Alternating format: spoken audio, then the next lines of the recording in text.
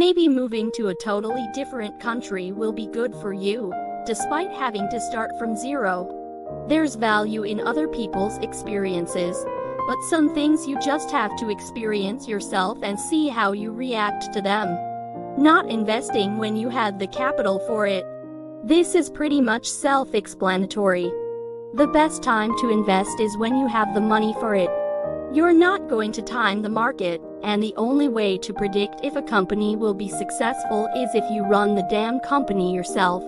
And look, the reality is, most people will never get rich, nor retire from their investments, unless they get extremely lucky and hit the jackpot.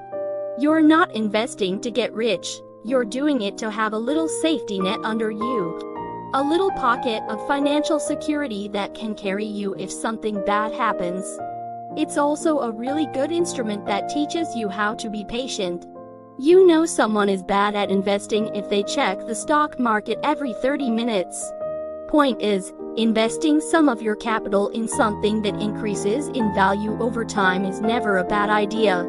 Not getting educated. The vast majority of people stop learning any new skill by the time they're 25. The only time they acquire a new trait is if a particular job demands it. And it's not really a skill, it's more of a, this is how this particular software works.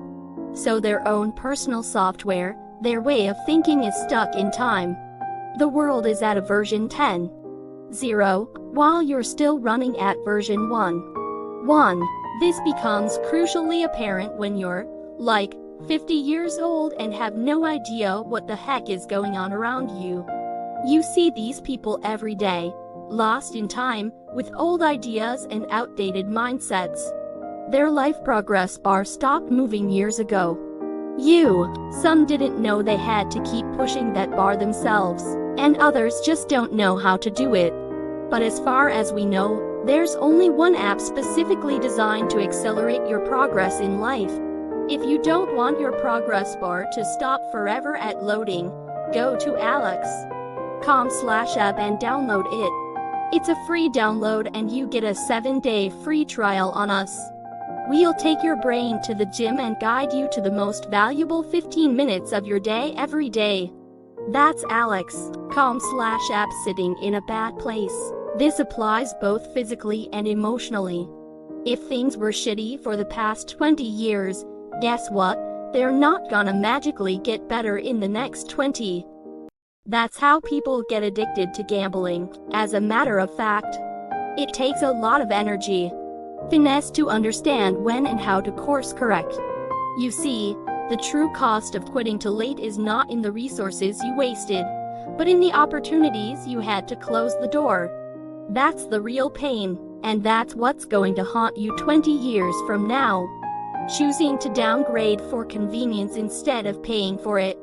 Here's something to really think about. A convenient life is a life that doesn't stress the hell out of you every 2 hours. It's easy and practical, but there are 2 ways to achieve this. One is to downgrade for it and the other one is to pay for it. So here's a very basic example. Figuring out what to eat every day can be stressful, and maybe you don't really have the time or the skills to grab the ingredients and cook for yourself. Well, you could either that's where you downgrade for convenience, or B, talk to a nutritionist, make a meal plan with a clear guideline and have someone deliver all of the ingredients to your door. This is where you pay for convenience. One lowers the quality of your life while the other vastly increases it, and both solutions fix the same problem. This works for almost everything in life. It's a new way of seeing things. And finally, doing it all alone. One decision we guarantee you will regret 20 years from now is doing everything solo. It's just not going to work. And if it does, okay, we need to do a case study on you or something. Doing everything alone is not only 10 times more difficult, it's also a pretty unpleasant experience overall.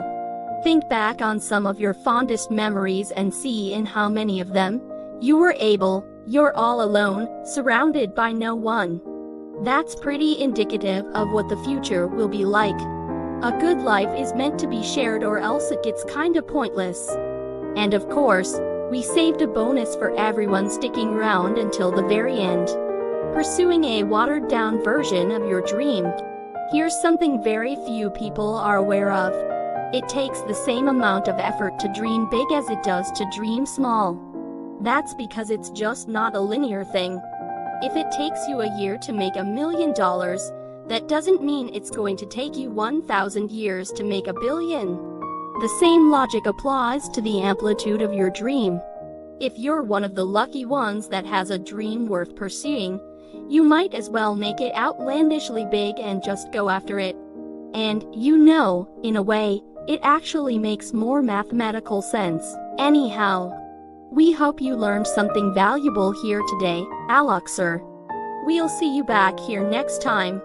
Until then, take care.